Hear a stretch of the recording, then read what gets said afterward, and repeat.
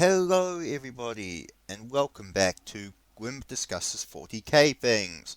It's been a while, but then I haven't really had anything much to say on the 40k front. Everything seems to be going well. However, I was having a discussion in the Discord the other day, when somebody asked me, hey, were there any Loyalist members of the Traitor Legions?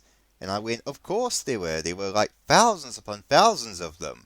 And that got me thinking, there are a lot more Traitor Legion Loyalists out there than there are Loyalist Legion Traitors.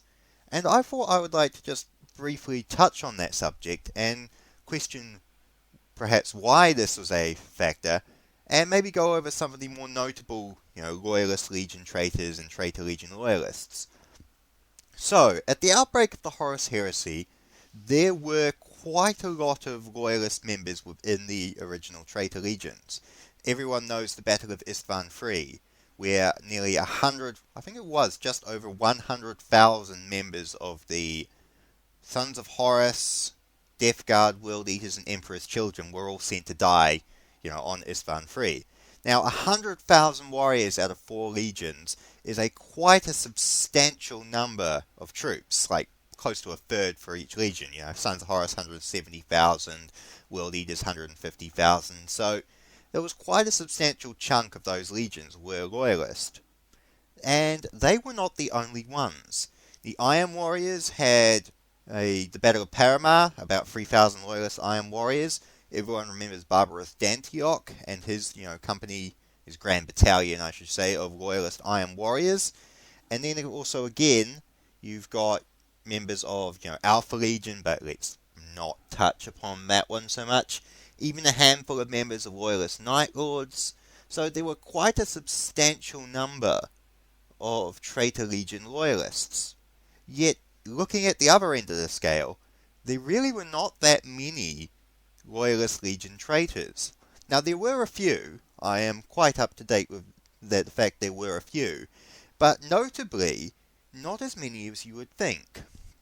So, the main 3 Loyalist Legions to have traitor members during the heresy were the Raven Guard, Iron Hands, and Salamanders. Now, I know you'd be, kind of shocked to hear that, but there were actually quite a notable number. Now, as for the Raven Guard, they had the Ashen Claws, the exiled members of the 19th Legion. They also had quite a substantial number, going into Black Shields, becoming pirates and renegades. You also had a handful that, surrendered on Isstvan V and turned themselves over to Lorgar and became full-on traitors. The Iron Hands had a lot more traitors, traitor legionaries in their ranks. A lot of Iron Hands companies, blamed Ferrus Manus' death on his own weakness, and it proved that Horus was superior and sided with him. A lot of them, believed that the flesh was completely weak altogether and broke off from the Imperium and Horus. So there were a substantial number of, Iron Hands that became Black Shields or just turned outright traitor. And of course, equally, you had quite a lot of Iron Hands that remained Loyalist and threw asteroids at recruitment planets.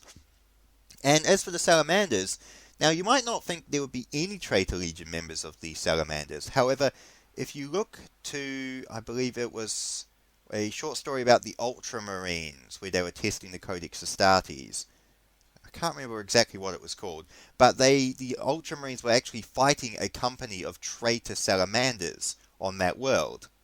Now, I thought that was quite interesting because you can't quite tell if they were outright traitor legions with what Guilliman was doing with Imperium Secundus, or if they were, just trying to oppose Guilliman and his new order. But there were certainly Ultramarines fighting salamanders at that time. So it's an interesting thing to note. What's more interesting to note is I could not find any evidence of any other Loyalist Legion traitors. The Imperial Fists, I couldn't find any trace of. Space Wolves, couldn't find any trace of. Ultramarines, I thought there was a couple, but I couldn't verify that in all of my asking around. And as for the Blood Angels, you've got the Red Angel, but he willingly sacrificed himself to become a demon, so he's not really a traitor, it's just his body is forcibly being possessed by one.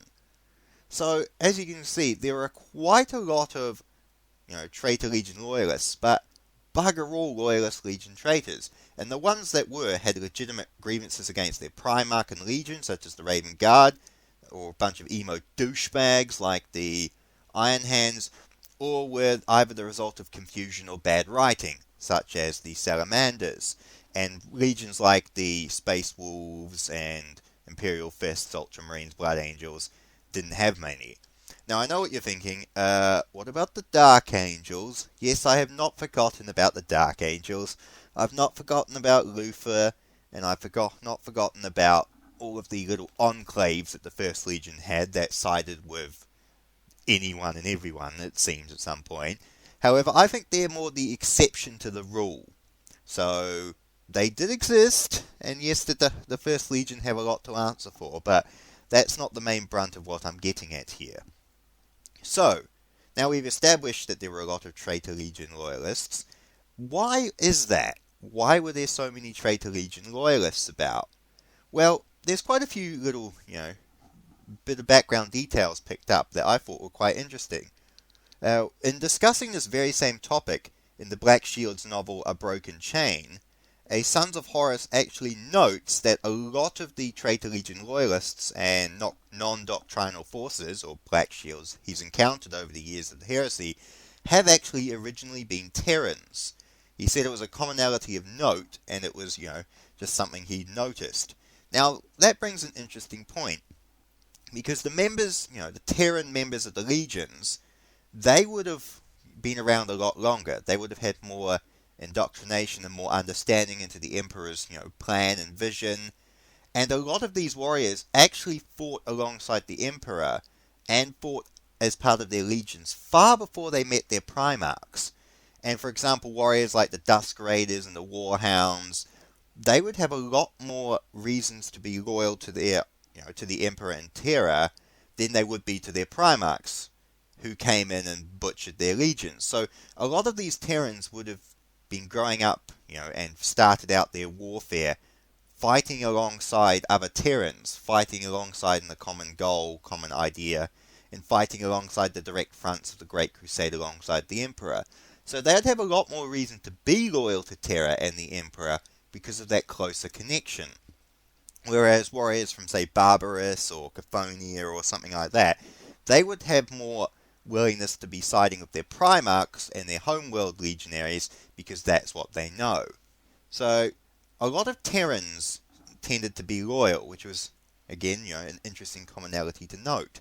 A second reason I was thinking of why some of these, traitor legionaries would be loyal is because they outright hate their Primarchs and their legions, as established by many of them. A lot of them, say, for example, Barbarous Antioch, he was banished from his legion by Perturabo because he outright voiced his discontent and, disagreement with Perturabo and his tactics, in the war against the Hrud. So, he would have more reason to not want to side with his own legion because his Primarch was an asshole. And let's be honest, who would want to side with Perturabo anyway? So, a lot of their legions didn't agree with their Primarchs. For example, Erid Van, who was a Black Shield, then became Loyalist, member of the Death Guard, I should say.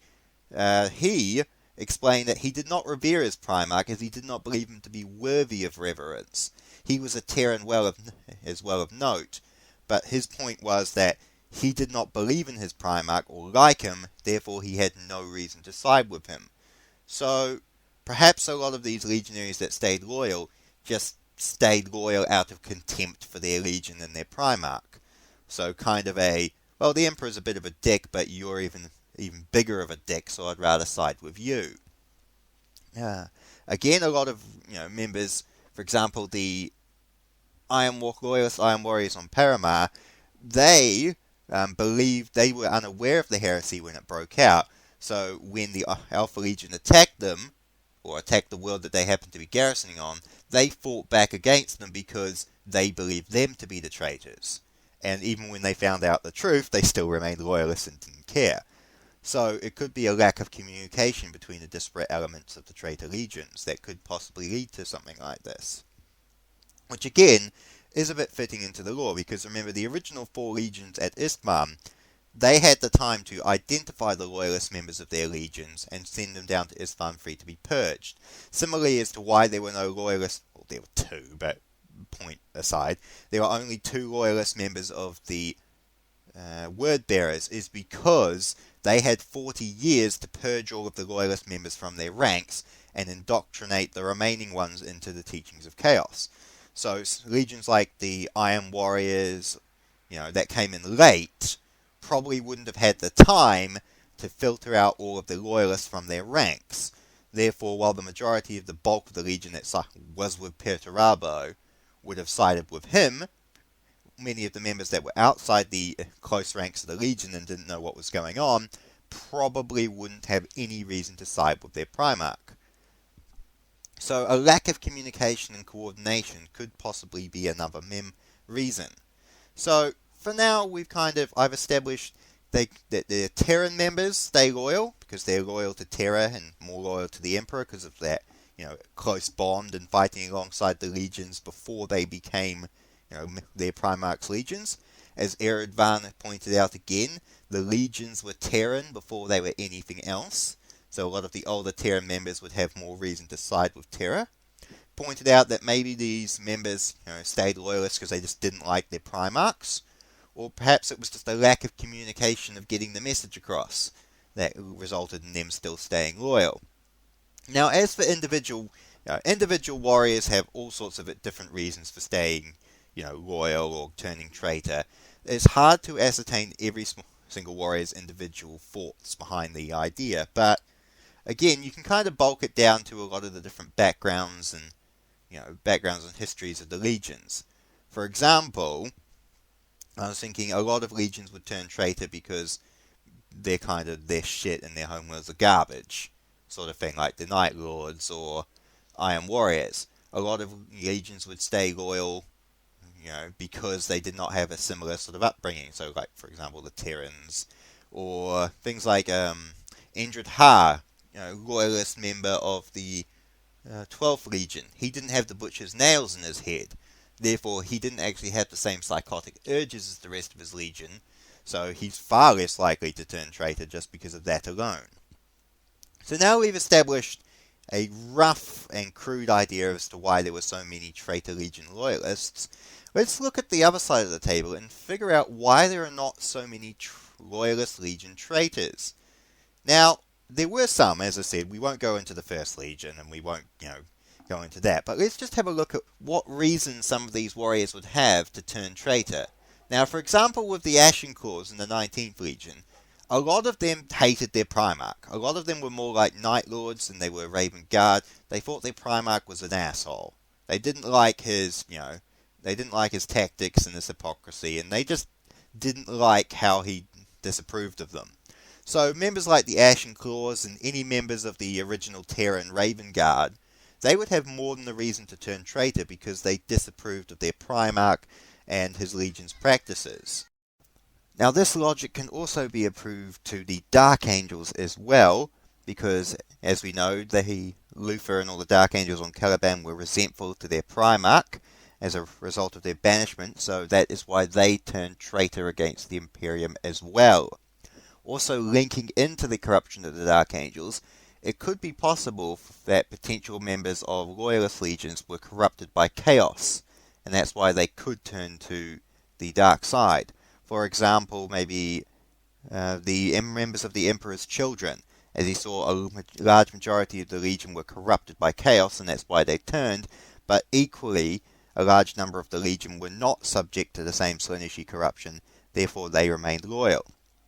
So it could be possible for, say, members of the Iron Hands or Raven Guard or Salamanders on Isfahan 5 witnessing the power of chaos and perhaps being corrupted by it.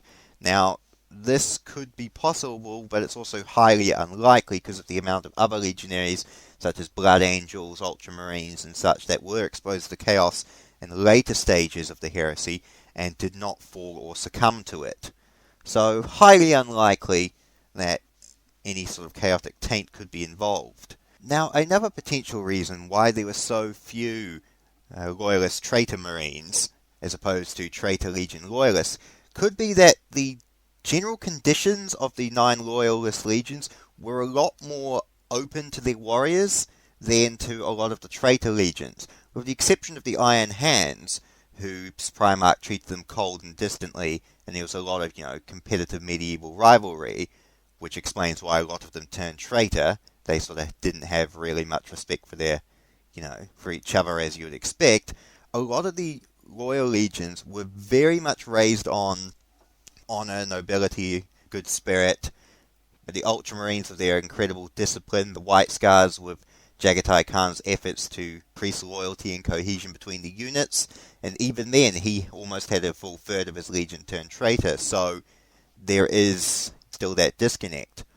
But a lot of the more loyal legions, like Ultramarines, Imperial Fists, their warriors were treated a lot better, and they were a lot more disciplined than, say, the Death Guard, who Mortarion treated like crap, or Perturabo, who treated the Iron Warriors like cannon fodder. So, a lot of these warriors wouldn't really have a reason to betray their Primarch if they stayed loyal, because they owe a lot to their Primarch. They have a lot of loyalty and inbuilt respect. So there is no real reason for these warriors to try and side in with Horus.